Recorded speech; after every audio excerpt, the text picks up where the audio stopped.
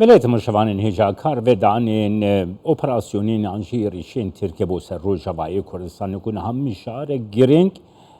ده روجاوا کرده کو اف میشار بوی میشاره کی گرنگ ده آستا حرمه دجی جه تربسبیه نشد زازا سروک خوجهین انه کسه لگلمنه سلاو تککی نشد کک نشد نها یکی مهی یکی جوت مهی روجک لحده بو روجک یک شمیه بو دو گریلایم PKK کو ایریشکل انقره پیکانین لی ترکیه به وی اگری اپراسیونان اف چندین روژل روژاوای کردستانی پیکتینه نرخان دناته بگرم یعنی لسر بویه رکا گل انقره چه بویه جبو چه ترکیه روژاوای کردستانی دکه آرمانج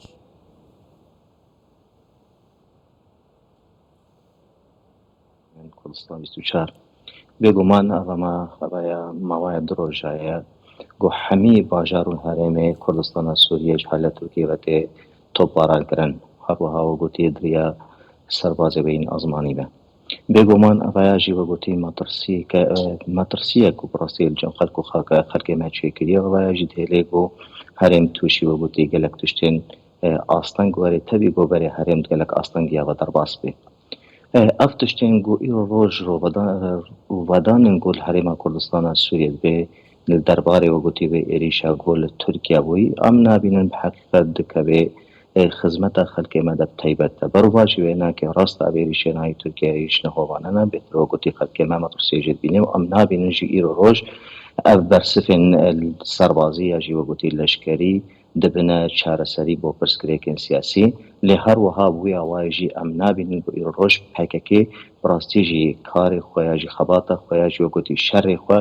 دەرباسی کوردستانە سووریە بکە و هەروەها سووریا بخێ ئاردوو شتفکە خۆی یا گوت هەندرە تورکیارە دەست پێ بکێ لەسەر وێژی ئەم حەز دکن و ئەم بانجی دکن بازل هێزن مەزن یاژی ئەو وڵاتên خودی رول اگو رول اول سر باندورا سیاسی دندر سوریه کشتی ده هیا ام حز دکن گو مداخلکی مازم چه به خلق ماج به توپارانه هانا که بپارزه او هر وها و گوتی بهله گو اف ایریشن گو آنای هوانه دبن سر خلق ما و خاکمه بسکناندن بدن جبر اویا گلک ماترسیان خراب شد کن بره ام تود زانجی و گوتی دموغرافیا کردستان سوریه هاتیه گو هاتن نتیجان گلک سدمین سرکه لی و هر وها و گوتی بله لی نهاب تایبت جی افتشتین گو رود و دهلی گو خلقی مایجی او کسایتین گو ایروج السرعه خوا مانا ایگو گو تیگلک تحدیه واقعی خوی سیاسی رد کن گو بردوام بکن اوید هلی او جی و گو تی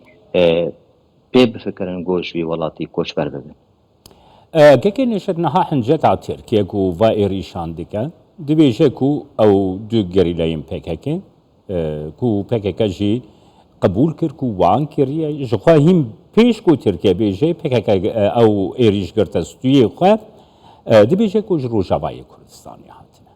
لیده همان دمیده داخویانیه کی ریبریا خو سرهبو دبیجه کو او نج عالی روجاوای کردستانی و درباس بونه یعنی ریبریا خو سر دبیجه جور درباس نبونه لی ترکیه دست نشان دکه کوج روجاوای کردستانی هاتنه و اف یک حنجتا دستی ترکیه ده کو وان ایریشان پیکتینه دوی درباره ده گر دیتناته بگرم که نشد کیک جمال دبهوری آتا ده بیانو هر خلصک جی دزانه ای روش نه ترکیه وگیتی نه عراق نه ایران نه سوریا نه بحاجتی صدمه کی نگو ایریشی کردا بکنش بر اوای کردا وکی دجمن بو قد بینن سرویجی وگوتی تی تجبریا کردا دکن لی هي امجي گرگ دوی آسده یا جی وگوتی دوی رامان مل سروی بشغلی کو ام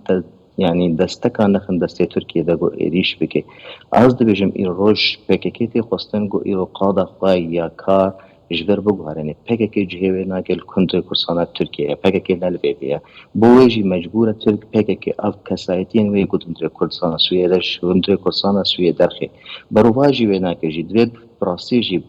yani بشیوایی که زانستین تبگر سیاسی آکردی نزدیکایی ترکیه بگه دانستانده که در یواز الهیز مازن ده بگه کاربه و گوتی لفکرنه کی سیاسی اج تفاهمه کی سیاسی اج روشه کی پیدا بگه گو ترکیه هر جاره کی و گوتی لول دراهانه که خرابی یک چیز ویاج تقین یک چیز ویاج کار یک چیز ویاج ایریش یک چیز بی گو خلق موخاکامه بخی ارمنج بویجی امن از بجم ام حاجتی وکی انجمنان اجتماعی کرد گو لوکی بکن خباطکی بکن کارکی بکن گو ام دانستاندنه که باز لهزن مزن را بکن یکمین تشت حول بدن گو اف ایریشی هانا که بسکناندن بدن دوامین تشت تفاهمه که یجی سرلف کرنه که سیاسی جدا جدا عمل سروینا که بکن گو ببه اف مسائلین هانا که ببن ریگر صبایل پیشیا با ایریشین گو آنها سر خلقه ما دبه هر وها جی تشتغل سیاسی تمامی تی خواستن گو فشار کل سر ویره و بریا گو ایرول ور بره و دبه و تایبت افره و بریا هانا که ام همیش زان گو بسر پیاده و پکیکه و یا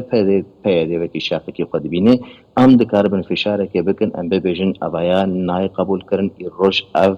کوادرین های گو ایرو دندره کردستان سوریه دمانه بونه صدم تمی گو ایرو دجمنی ما ایریچه سر خلقی مخاکمه بکه او دیاد ریج بردر کبن بری خوب بدن دبرا گو بری لیبون اگر وقتکی ده هاتنه او ایجی و گوتی درباس کو ای روش ریوبعی که یا ایجی ایرو تفگره کی سیاسی های او تفگر دکاره چاره سری که بو خلقو خاکا خواه ببینی كيف نها يعني دفي راستيا روجافاي كردستاني بيقومان بري هر كسي ام كرد بخوا قصه بك نها ل روجافاي كردستاني قادرين PKK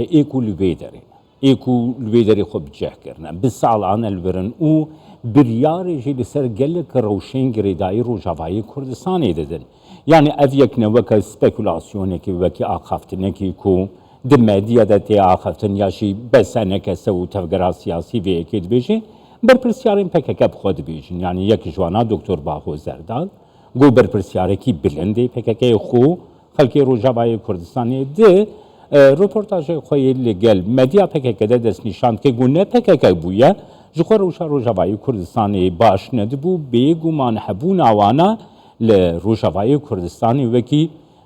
يعني مزناحية كي وكب تشغيرية كم مزن جيبو روجاوای كردستان دست نشان كريان بجد راستية دا اشتر دخوازم بپرسم که نشد هبونا PKK براستی پیش روژه کی باش جيبو روجاوای كردستان درسته که یانجی آستنگیه که وکی گود و روژین اپراسیون دشی دیار ده نا بیگمان حتی وکی روژا ایرو اف هبونا هانا که و صدمین گلک آستنگیه که آنها هندر کردستان سوریه دبینه هر وها جی بو صدمه گو ای روش او لفکرنی سیاسی جی او خواستک سیاسی جی او داخوازن بو چاره سر کرنا پرسگری که سوری بگشتی او یا هشت گفشون ده بده بر واجی وینا که اگر وقت که وقتا بده بیرام دست پی که دشو ترکیه یکمین ولات کو نگوتکاری بو شورش و شورشوانه ویا جی گوتی تفگره اپوزیسیون همی که هم بیز بکش بو گوتی رو خواندنه به رژیم هانا که ایرو آنها ترکیان گلش گو گلک صدمه تایبت صدمه پروژه این کردی ایرو گم اجد بینه یا جو گوتی خی حجت بو مطر سیاق اجد بینه و اینا که هشت گو اف پروژه این چاره سر کرنا پرسکری کا سوری بگشتی و تایبت آکردی گو گلک شون بکوه و نهیل گو گوتی هر سری برو باجی و اینا که جی رولا کرداد ناب اپوزیسیون ده گلکی ضعیف کرو کردو گوتی تارو مار بود نابینا ایگو بشه کی دست پیکه و کی پیاده و که وانا که پر رژیم کرده بو هر وها بشه دیگو ایقل اپوزیسیون کرده بو نه ال با اپوزیسیون دکاری بونو گوتی پروژه که درست بکن با سوریا بگشتی و با کرده تایبت هندره سوریا بگشتی ده و نه رژیم جی تکاری بو نزیکایی یا جی بوی شوای وقت گو پیاده و پیکش خرابکار آنی پروژه که درست بکن گو ما فی ملت کرد سوریا بگشتی ده ورن ویسان سر بیجی از ده بجم هبونه پیک آنها گلک زدارا وینا که هیچ هر وقت که بهتر و بلسترین وقت گرک پیک جواه هرمیانه که در بکوه و دستک نخی ناف دست دجمنی مده ایگو ایرو آنها و ایریشن هوانال سر خلق ما و خاکامت کی كيكي نشد هروها يعني في مجاري تخوازم از حنكي در برفرح تربكم انه ها قاباكو دناف بينا وكي انا كسا و بيادا دا يانجي بيجن بيانك يانجي بيجن تعفدم يانجي ريفبريا خسرش خو ناف قلكن يعني قاباكو او بيوندين و ديالوغا كردي چيبون جميل بايا كو سروكي PKK دست نشان كر كو اف چه دیالوگا ما اف دیالوگ بریا مدیا بهیستی او چته وسا چه نابه گلو باندورا وی یکی لسر پروسیا دیالوگا کردی روجاوای کردستانی چه بو گنش ایگو من یک صدمن ویاجی و بودی صدمن سرکه ایگو نهی لگو اب دیالوگ بره فارن کادرین تک کنه ایرو گو کردستان سوریه بره بدبن گلک جارا و گوتی تی فهم کرن وقتی گم بین کادر تک کد بردهنه و که انو ام یاجی با ترکار دن انو ولا تک کل بره اوه یا نسر که یاجی و گوتی نه عجیبه که گوتن سوریه ده روزانه رو رسمی و گوتین کادرن پککی ایگو شهید دکبن یا جی ایگو جدا جدا تندر کردستان سوریه ده کار کردن و صورت شهید کردن یا جی هاتنه ایریش کردن آجیرا ترکا و رسمی آنها که هر کلانه که پیدا دبن و تیکویا کردن جی روزانه الباب شعبی ما و گویی هر سازی که گویی اول و بری اره و بری گویی هلا کادر کی پککی ببرد چی اوه نصر رکبوی جی افتشتین گو جمیل باید گوت یعنی یا جی دستکن جمیل باید ایگول ویده بری بدبن اوه دیار بون با هر کسی که نفاذ نو گویی اف دیالوگ آنها که هر سری و اف دیالوگ عکس برواج وینا که تک شو جبن گلک صدمن یعنی اگر تی بیرامد اوه دیالوگ آنها که دام گابون گلک خالن باش کو ام به مثلا آنها که بری بدبن هالوسط فل هم بری دوست دجمیل خبکن یک لیش بون گلک صدمن جدا جدا یاجی پوچ یاجی دهات قاستن بوی رنگ هانا که اف دیالوگ هانا که به مواعید ساسی صلاحاتی سکنادن و بشون ده وگرا او تشتی گلف کرن هبو دبن چاودریا و گوتی امریکانا ده دجیه خدمای راوستاندی و گوتی جمیدی مایا و بره بناشه بویجی ادبجم ام حمی و کتابگرا سیاسی کردی اگر ما بست به او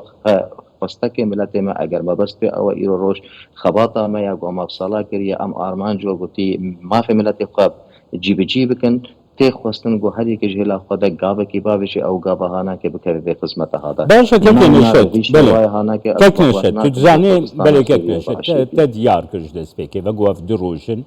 روجاوای کردستانی با وای که گشتی بوی جغرافیایی که گو ترک ریشه لیده کن ریشه دشوار مخابنی و یعنی گو ضرر و زیانه که مزن جی دیگه هنی جیرخانه یا روجاوای کردستانی جی دیگه هنی خلقی سیویل لی دوهی قبل قامشلو او تقین و ایریش چیبون خو پیشاندان نقامشلو چی دوا خو پیشاندان آده بس وینه ریبری پکک عبدالله جلان دستی وان خو پیشانده رانده بو کو لدجی ایریشین ترکیه راوستیان یعنی العالیه کی تی بجی پیوندیه من به پکک رنینه العالیه کی دنجی خو پیشاندان به وی رنگی yani evveni ki çavadı de peyame ki çavadı de gava gutud bir şey peyvendiye minninin leyle ali edinci xo peşandanın vusal dardı kevin kekneşe ditinate verir. تك جمال أبانا جراية كمية بلكي جرا بيستايد قالك جرا دو قوتين أفزل هذا المزوم طيبة أمريكي وفرنسي وأوروبية وكي تحالفان أبن تبي جرجنا دبیجن پیاده و گویی جدا جدایش پککی گویی دروجادی پیشندانه تبیرام الکوبانه پیشندانه که بسده هزار درخستن وقتی کو ایرو تصریح که امریکا ندارد گو اوه نپککن روجادی برانبری سینور وینه دیسا برز اوجلان هاتن هلدان هر وها و گویی لورجی آنها امن براستی دبیجن هر جاره که دیوی استانگید هندره کردستان سویده چه چه سیاسی چه اقتصادی چه بشوایه که دی گویی دید کارک یا جکریارک چه بو گوی منطقه آنها که تدی بله ککنشد دخوازم داوی پرسی بکم با اوای که کرتیجی گر ممکن بیت برسوا من بدم یعنی افهم موتشی گلو يعني ريكي حنجتكم قو تركيا واني ريشين تند لهم بري جيرخانيا لروجاواي كردستاني دكا جوست جهين الكتريكي بكا جن خوشخانيا بقرا كو خلقي سفي جي زراريت بين يعني ما في دولة كدن حيا كو بفي شوي يريشي جيرخانيا حريمة كدن بك تركيا نب حاجتي وقوتي يك صدمه گو ايش بك تمي جي وقوتي انا نيريش گوگوين اب ايريش سربازي گول جين الكتريك تخياجي وقوتي جين انرجي تخي نبلش كره وقوتي بيس زاد به ملت مي ايگو جدا جدا وبيكاتين هرم تمام تنسزا كرن جبرويجي اتبجم او